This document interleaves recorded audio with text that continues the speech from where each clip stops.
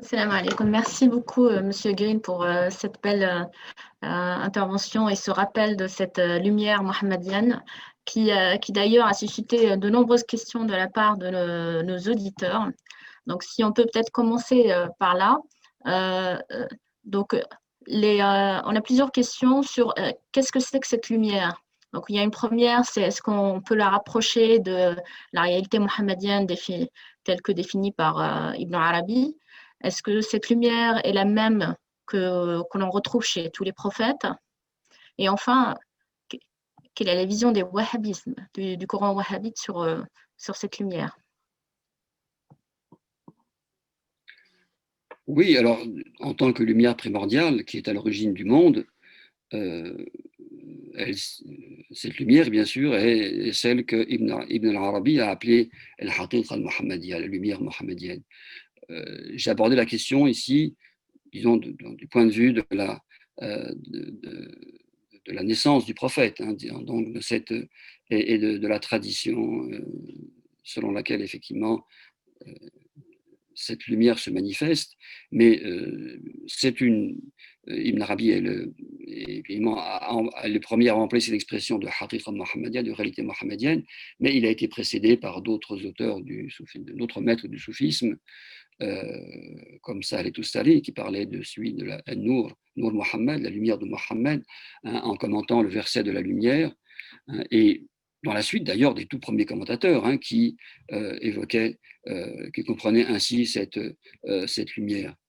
Euh, le- la notion de réalité mohammedienne, elle est dans les textes d'Ibn Arabi, hein, et à la fois pour expliquer que effectivement c'est par cette réalité que le monde vient à l'existence, hein, comme le résultat d'une auto-révélation de Dieu à lui-même, hein, dont le prophète, effectivement, est dans la réalité moderne, une réalité métaphysique, si vous voulez, en Dieu, hein, par lequel Dieu se manifeste dans sa théophanie au monde, hein, et le fait venir à l'existence. Le, euh, vous avez évoqué ensuite la lumière. La présence de la lumière chez les autres prophètes, en fait. Alors, alors là, il y a cette idée qu'on trouve dans un commentaire d'Ibn Abbas sur un verset, il est celui qui te voit lorsque tu te pries, tu te lèves pour prier en prière la nuit, hein, et quand tu passais à travers les prophètes, hein, à travers ceux qui se prosternent, pardon, à travers ceux qui se prosternent. Et dans un commentaire, Ibn Abbas interprétait Sajidin, ceux qui prosternent, comme les prophètes. Donc il y a cette idée qu'effectivement, la lumière, cette lumière primordiale du prophète, est celle qui a animé, en réalité, l'être intérieur de tous les prophètes. Donc c'est une vision évidemment très coranique, si vous voulez, dans laquelle tous les prophètes apparaissent en fait comme des aspects du prophète. Alors, ça ne nie pas évidemment la réalité propre de chaque prophète à son temps, mais cette idée que la prophétie est un cycle, si vous voulez, est le cycle d'une lumière qui commence avec cette réalité antérieure du prophète et qui s'achève avec cette réalité conclusive, hein, qui est l'apparition de Mohammed ibn Abdallah ibn Abd al-Muttalib sur la terre. Alors, quant à la lumière pour les wahhabites, je ne sais pas, c'est à eux qu'il faut poser la question. Qu'en font-ils? Bien sûr, ils ne peuvent nier que dans certains versets du Coran, euh, comme il est dit, vous êtes venu un livre et une lumière, hein, on peut interpréter cette lumière comme le prophète lui-même. Hein, ils ne peuvent nier aussi le hadith que j'ai cité au début, hein, quand le prophète sallallahu alayhi wa sallam dit, hein, je suis le serviteur de Dieu et le sceau des prophètes, et je vous annoncerai cela dans la mer du livre, etc. Hein, c'est un hadith qu'on trouve dans le Moustan d'Ahmed ibn Hanbal, hein, et d'autres textes euh, comme Tabarani par exemple, et d'autres rapporteurs de hadith. Donc c'est un hadith qui est admis par les gens de la Sunna, et à ce titre-là, ils ne peuvent le récuser. Je ne sais pas comment ils le comprennent. Encore une fois, c'est à eux qu'il faut le demander. Mais en tout cas, et ils n'ont pas pris, ils n'ont jamais, on ne sent pas chez eux cette vénération intense du prophète, et cet amour du prophète surtout, dont le prophète lui-même a fait la condition de la foi. Aucun d'entre vous ne sera croyant quand je ne serai pas, il ne m'aimera pas plus que son père, que ses enfants et que sa propre âme. Donc, où en sont-ils de cet amour du prophète qui est la condition même de notre foi en Dieu? Merci, Barakallahu Fik. Une série de 2 questions d'ordre plus pratique qui nous sont posées. La première consiste dans la question suivante. Comment vivre cette lumière en posant comme point d'interrogation dhikr, soufisme, vertu. Donc, comment la vivre? Et une question qui me semble assez proche et qui est plus actuelle est de savoir comment vivre cette lumière en ces temps d'islamophobie. Autrement dit, comment vivre en suivant le modèle prophétique dans cette période un peu troublée. Je commencerai par, je répondrai d'abord par la fin de votre question, la deuxième question, qui est comment vivre en ce moment troublé. Bien sûr, je pense que ce qui est rappelé constamment au prophète, c'est wasbir ala ma yaqulun, endure, patiente, supporte tout ce qu'ils disent. Je pense que le sabre, la patience, est une vertu fondamentale du prophète et des prophètes de manière générale, comme on peut le voir dans le Coran et dans l'histoire sacrée. La patience en Dieu, pour Dieu, par Dieu. Je pense que il faut arrêter de se focaliser sur cette question de l'islamophobie. Bon, la lumière, il faut laisser la lumière poursuivre son chemin, si vous voulez. Quant à la manière de poursuivre ce chemin dans le monde, et comme je le disais, si vous voulez, c'est pour ça que j'ai pris l'exemple, entre autres, de la bataille, de cette sourate El-Ahzab, où raconter un moment particulièrement difficile et tragique aussi de la vie du prophète et des compagnons, parce que c'est voilà, où la peur s'est installée dans les cœurs, etc., où les croyants ont été comme on dit, zulzilu zilan shadidan, ils ont été soumis à vraiment une épreuve terrible. Ils ont été branlés dans leur foi. Et donc, c'était bien pire que ce que nous pouvons, éprouver aujourd'hui. Ça, voilà, ça n'a fait que renforcer, comme il est dit aussi dans le surat, que leur foi, dans leur foi et leur confiance en Dieu, leur remise de leur être à Dieu. Alors, comment vivre cette lumière? Effectivement, le dhikr est certainement dans tous ces aspects. Ça sera la lecture de Coran, la pratique d'un zikr spécifique, ou cette notion même de souvenir de Dieu qui doit animer toute notre vie. C'est sûr que c'est l'essentiel peut-être de ce beau modèle dont parle la sourate El-Ahzab, et qui est aussi évidemment un modèle de conduite à la fois intérieure et extérieure, synthétisé par le verset « innaka ala khuluqin azim », tu es selon une vertu ou un caractère magnifique, immense, et qui était, comme disait Aïcha, son caractère était le Coran, quand on l'interrogeait sur le khuluq, c'est-à-dire la manière d'être du prophète. Donc, nous devons nous imprégner des vertus coraniques, de toutes les vertus qui sont mentionnées dans le Coran et qui sont synthétisées et achevées, parachevées par la personne du prophète qui disait lui-même « J'ai été envoyé pour parachever les vertus, les nobles caractères ». Donc c'est notre comportement et vis-à-vis de nous-mêmes, vis-à-vis de nos proches, vis-à-vis des autres et de tous les êtres qui nous entourent et de ceux qui nous aiment, de ceux qui ne nous aiment pas, doit être effectivement soit l'amour, soit la patience, la longanimité, le hilm. Le hilm, c'était la vertu essentielle des Arabes, savoir supporter les injures, ne pas réagir violemment, surtout, quand on se sent agressé. Voilà. Et ce beau modèle du prophète, il est justement dans cette beauté. S'il est appelé Uswa Hasana, c'est parce qu'il est, il est le reflet de toute cette beauté qui se dégage de la personne du prophète, physiquement d'abord. Tous les témoignages, évidemment, de ses compagnons le disent, et intérieurement bien plus encore, puisqu'il est effectivement intérieurement lumière. Alors comment, on va poser aussi cette question, quelle était cette lumière?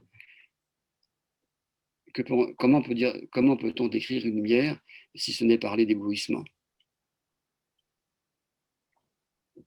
C'est ce que le prophète a répondu quand on l'a interrogé on lui a demandé s'il avait vu Dieu lorsque la saison céleste, il répondait une lumière, comme en aurais-je vu.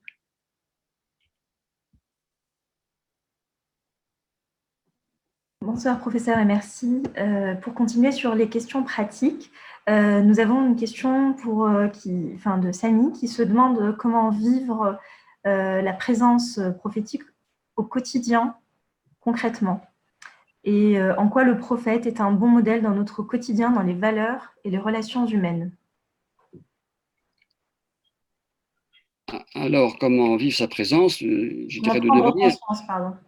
Comment prendre conscience et la vivre? Excusez-moi. Prendre conscience, oui, de cette présence.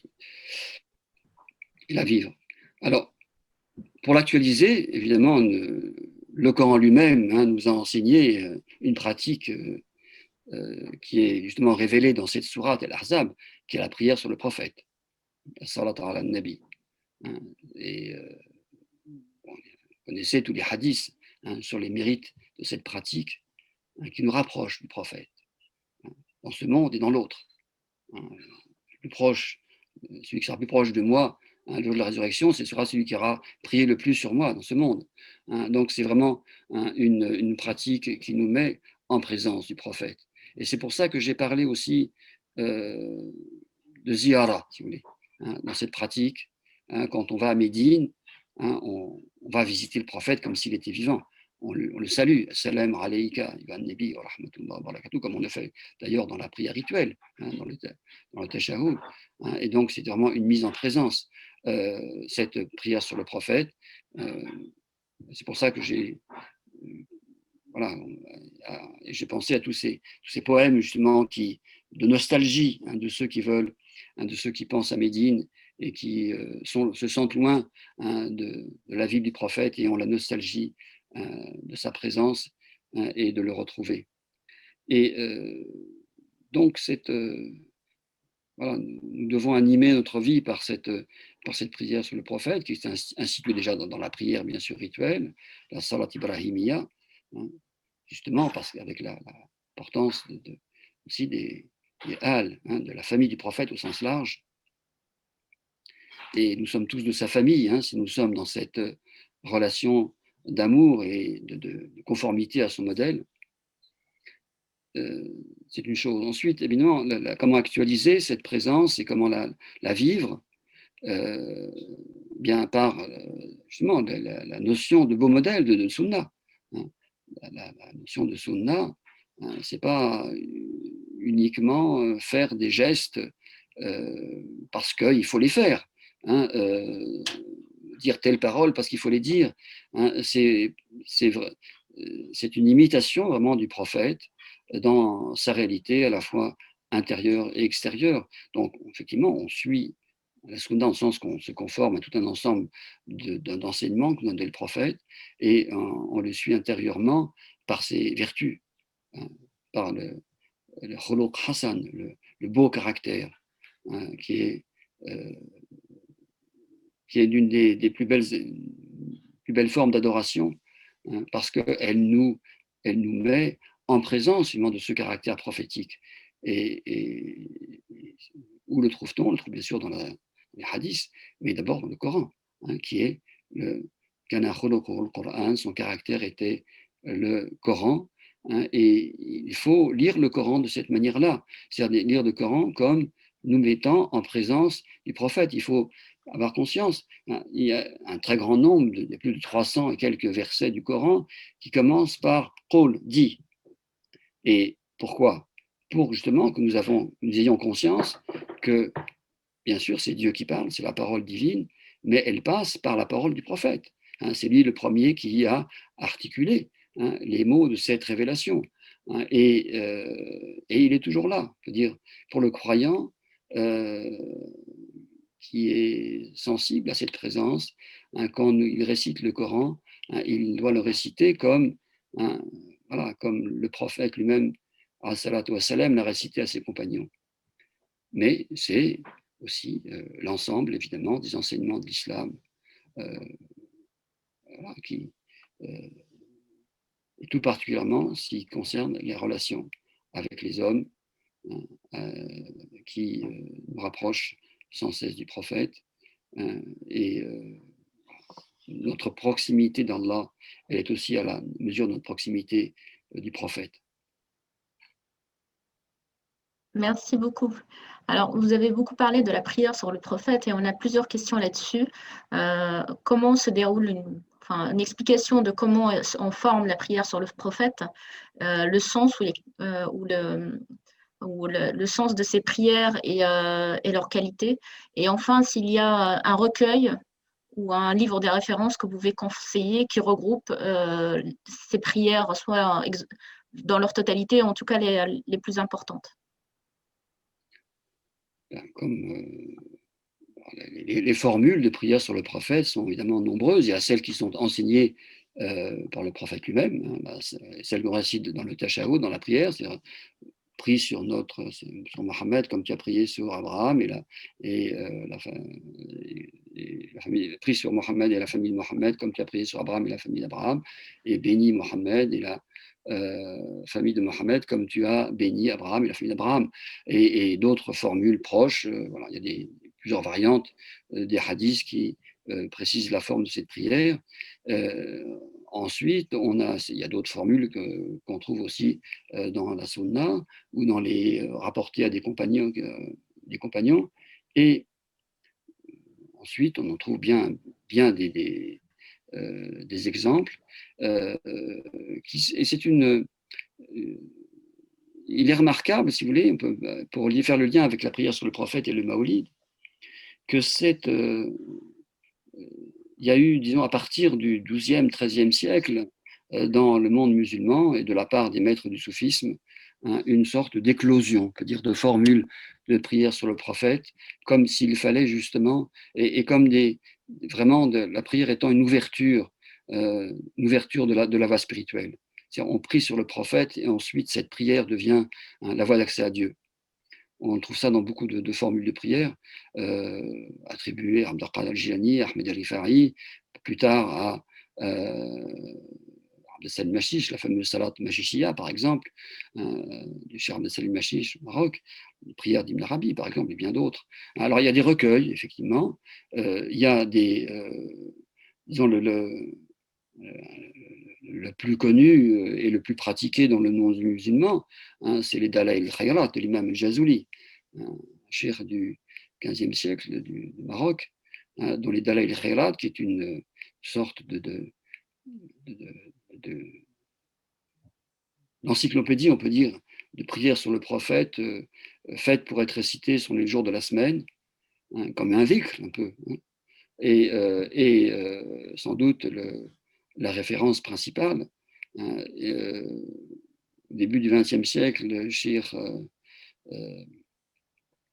Youssouf Nabhani a composé des recueils de prières, Abdal Salawat et d'autres recueils qui regroupent justement les prières de tous ces maîtres du soufisme et qui sont, on peut le dire, c'est parce qu'on a évoqué la question de la réalité mohammedienne, de la lumière mohammedienne, qui sont des sortes de traités condensés de la doctrine de la réalité mohammedienne, mais sous une forme de pratique, pour que ce ne soit pas justement une simple doctrine théorique, mais que cette doctrine devienne une voie de réalisation spirituelle.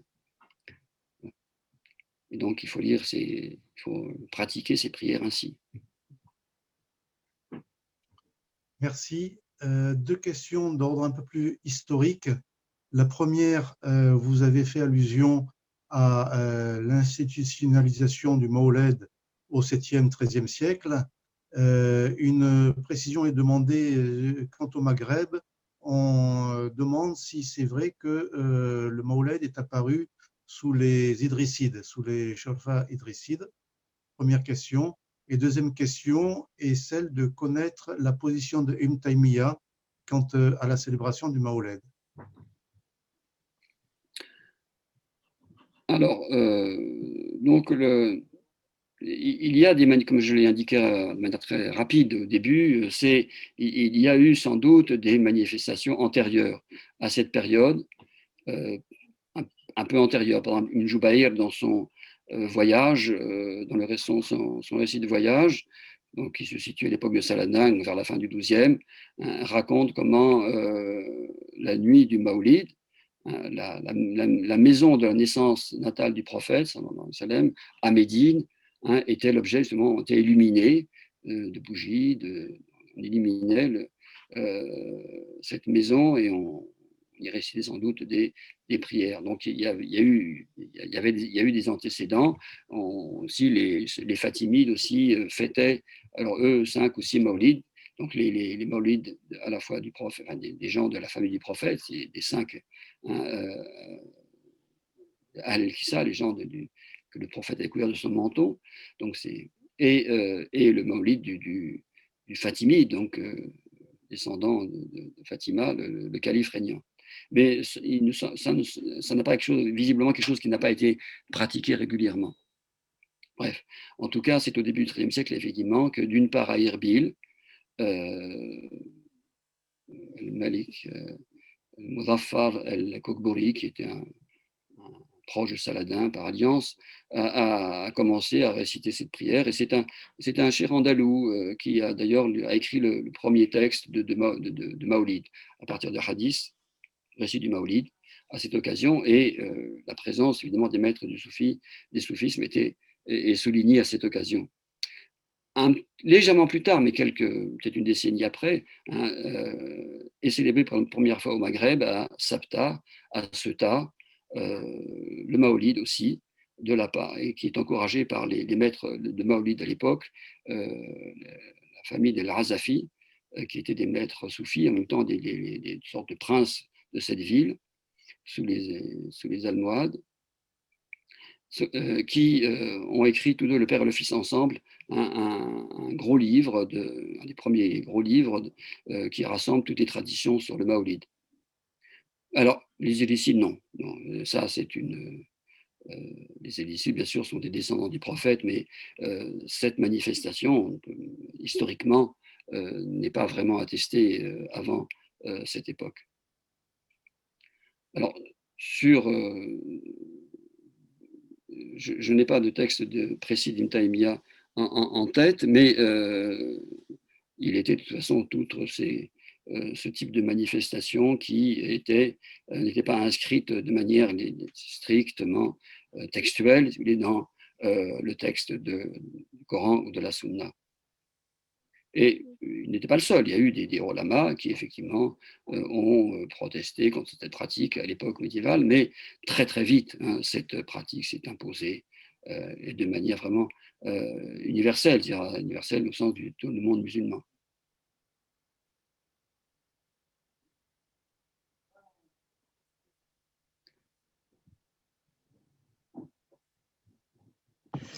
Merci beaucoup, Monsieur Grill. Alors peut-être qu'on peut passer à un autre aspect. On nous demande, en faisant référence au hadith Qudsi, Lawla kama khalaqna al-aflak, je vous laisse l'honneur de la traduction.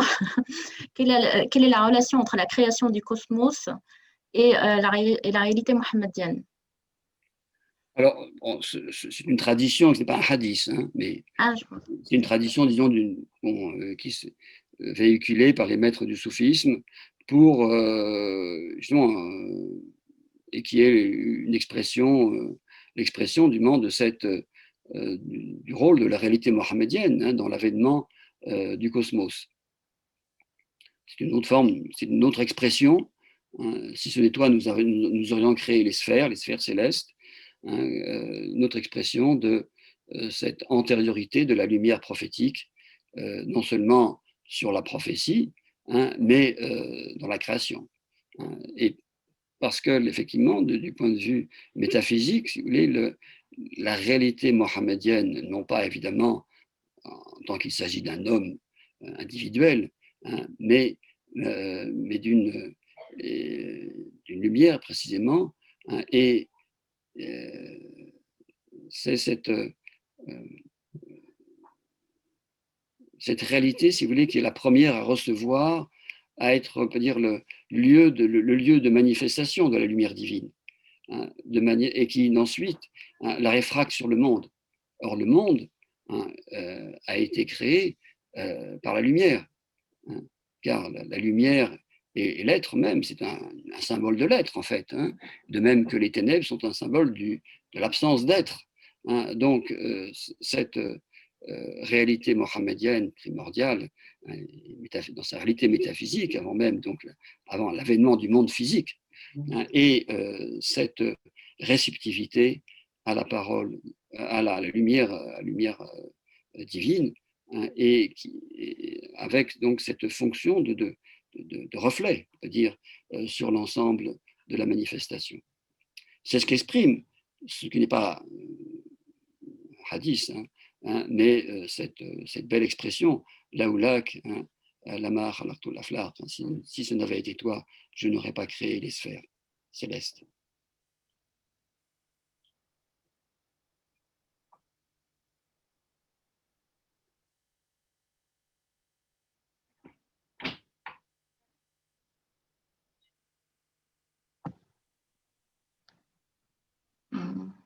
Oui, excusez-moi, je crois qu'il y a Myriam qui a un petit souci technique.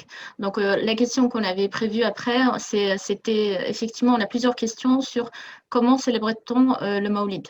Est-ce que vous pouvez nous en dire un peu plus? Alors, c'est évidemment variable selon les époques, mais si on prend la première attestation vraiment de cette célébration très officielle, mais en même temps très populaire du Maolid, qui était celle donc initiée par à Erbil, donc au nord de l'Irak, par al-Malik al-Muzaffar ad-Din Kokbori.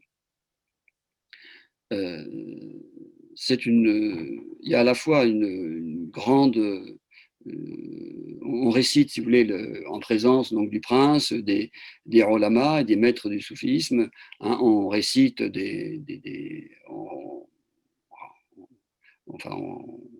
récite, on lit le récit de la naissance du prophète, et les derviches, les soufis, voilà, ils animent la soirée, si vous voulez, par des chants, et cette manifestation donne lieu aussi à un grand festin. Enfin, on énumère le nombre d'animaux qui ont été sacrifiés pour voilà, offrir un festin somptueux à tout l'ensemble de la population. Donc c'est vraiment la volonté de diffuser dans tous les niveaux de la population musulmane, cette présence prophétique. C'est une fête qui n'est pas une fête canonique, évidemment, c'est pas un Eid au sens évidemment canonique, mais c'est l'Ihtifal bil Maolid, c'est un rassemblement de l'ensemble de la communauté. Alors après, chaque pays a développé ses pratiques particulières. En Égypte, et c'est quelque chose qui remonte sans doute aux Fatimides, on faisait et on fait encore à cette occasion des sucreries qu'on offre aux enfants. Alors en Égypte, c'est des grands stands très colorés avec des poupées en sucre pour les filles et des cavaliers en sucre pour les garçons. Voilà, et on offre ça aux enfants. Il y a toujours un désir de participer vraiment de toutes les classes, les couches de la société, et les enfants particulièrement, à cette manifestation pour justement diffuser cet amour du prophète en eux. Voilà, c'est le terme que j'employais, que l'emploient les munshidines, ceux qui chantent ces chants en l'honneur du prophète. C'est l'expression de El Farah bi Rasulillah, se réjouir à l'évocation du prophète. Et on sent d'ailleurs chez ces chanteurs vraiment une joie à chanter ces poèmes à la gloire du prophète, sallallahu alayhi wa sallam, ou à réciter ce récit, le Maolid de Barjanji, un récit en prose rimée, qui est donc scandé de prières sur le prophète et entrecoupé aussi. Ces récits sont pratiquement toujours entrecoupés. Alors, il y a plusieurs textes de Maolid qui ont été produits au cours des siècles, qui sont entrecoupés en général de poèmes à l'éloge du prophète. Ça a donné lieu à une immense littérature poétique, et dans les différentes langues vernaculaires de l'islam. Chaque pays a ses textes de Maolid. Et tous les pays musulmans, c'est vraiment un moment. Parce que il faut bien dire que les fêtes canoniques, la fête de la rupture du jeûne, même si elle a une dimension festive, et la fête du sacrifice, sont rituellement quand même sobres, si vous voulez.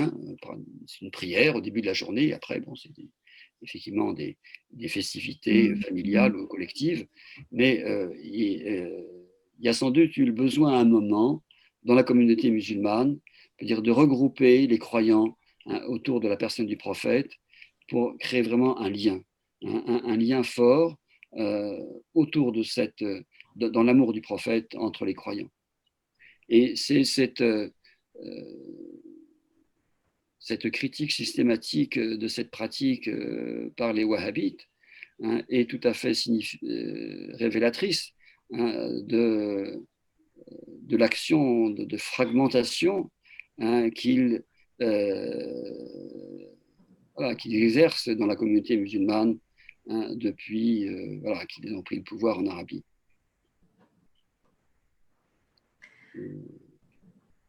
Et bon, il faut laisser la lumière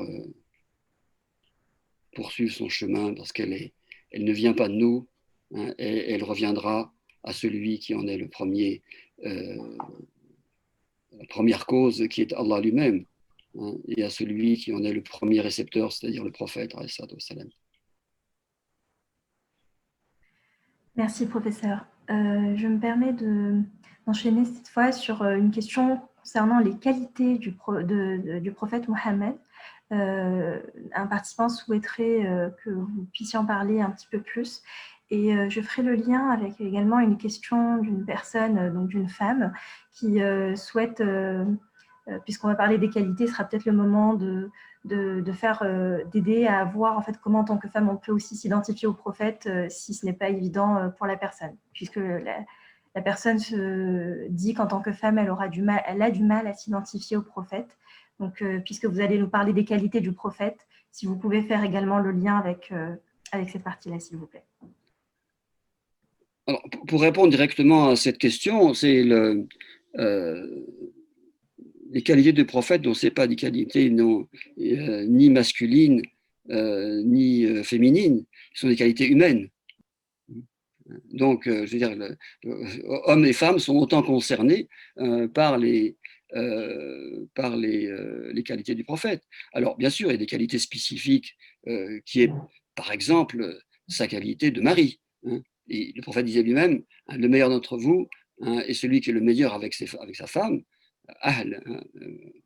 sa famille ou sa femme, et je suis le meilleur avec mes femmes. Donc il y a cette, bon, il y a des, évidemment, bien sûr, il y a des, alors les épouses du prophète, elles sont,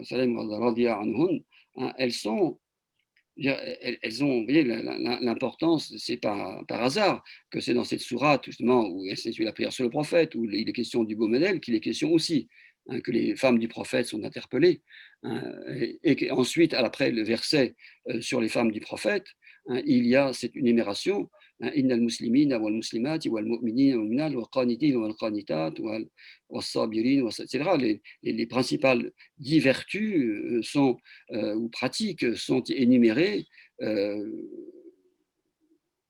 comme résultant du modèle choisi par les femmes du prophète à ses côtés. Donc Voilà, donc cette dame, cette sœur, n'a pas à se sentir en difficulté, je veux dire, pour actualiser en elle les vertus prophétiques. Hein. Au contraire, hein, elles lui viennent directement par le prophète en tant qu'être humain, que Bachar, hein, et elles lui viennent en plus aussi par le modèle des femmes du prophète, hein, qui sont, voilà, qui sont le modèle des croyantes et de celles qui se consacrent à Dieu, à leur prophète, à la vocation, comme il est dit à la vocation, à la prière, comme il est, et à l'aumône aussi, comme il est dit dans ces versets. Alors, sur les qualités du prophète, bon, là aussi, c'est comme pour la prière sous le prophète, il y a toute une littérature, hein, sur ce qu'on appelle les shama'il al-nabi, hein, les vertus, les qualités du prophète. On ne peut pas les détailler, ça serait l'objet, je dirais, d'une conférence en elle-même, hein, mais en reprenant tout ce qui est écrit à ce sujet. Mais quand je donne un exemple, par exemple, à partir justement de ce rapprochement qu'a fait Aïcha, hein, entre le caractère du prophète et le Coran, quand elle répond à quelqu'un qui lui pose la question quel était le caractère du prophète, elle répond, ne lis-tu pas le Coran, hein,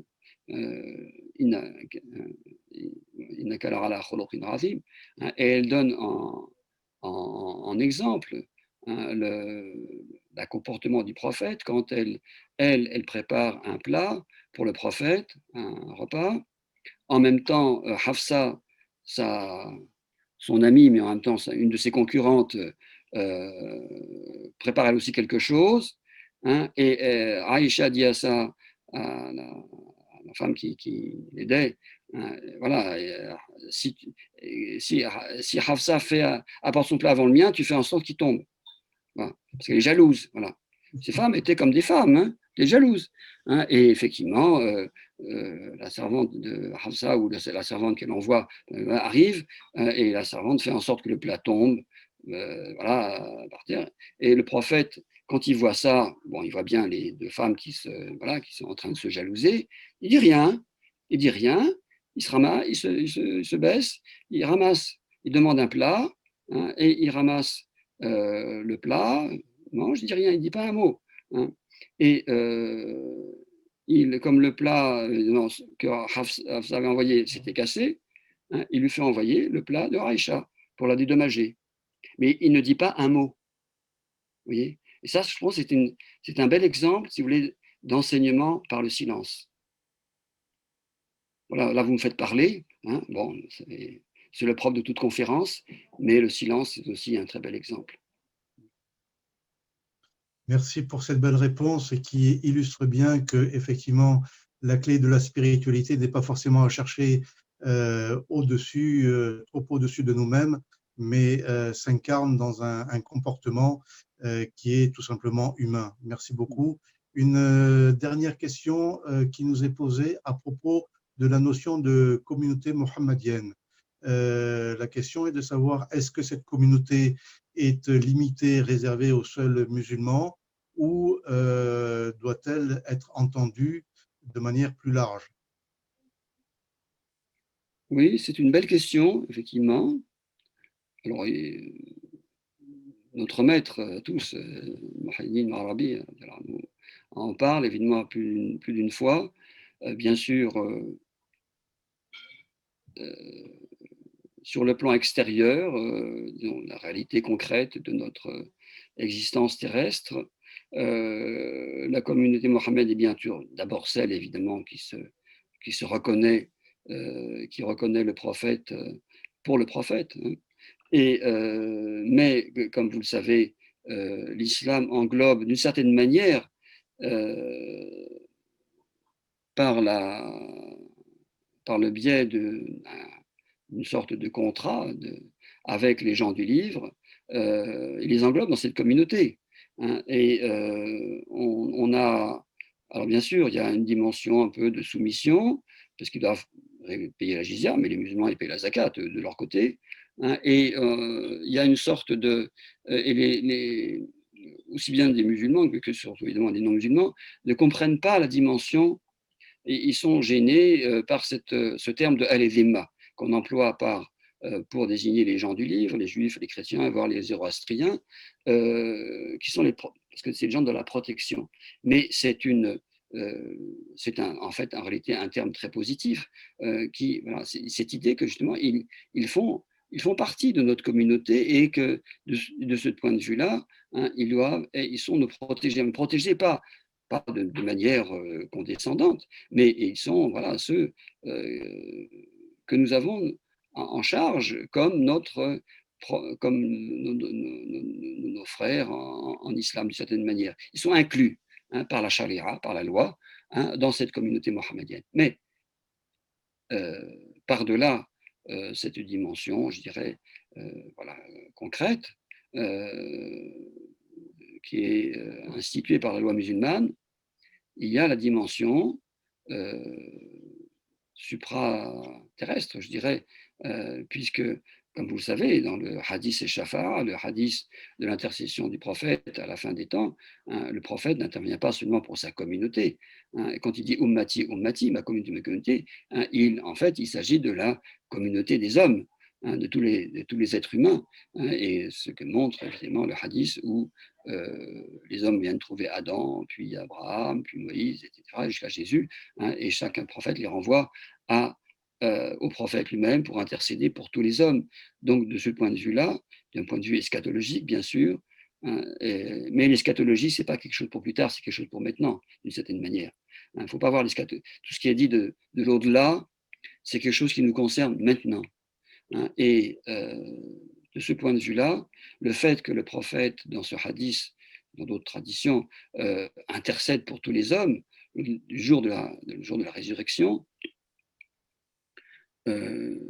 doit nous parler pour notre vie ici-bas. Voilà, parce que évidemment, dans notre façon de voir la vie, l'au-delà, c'est pour après.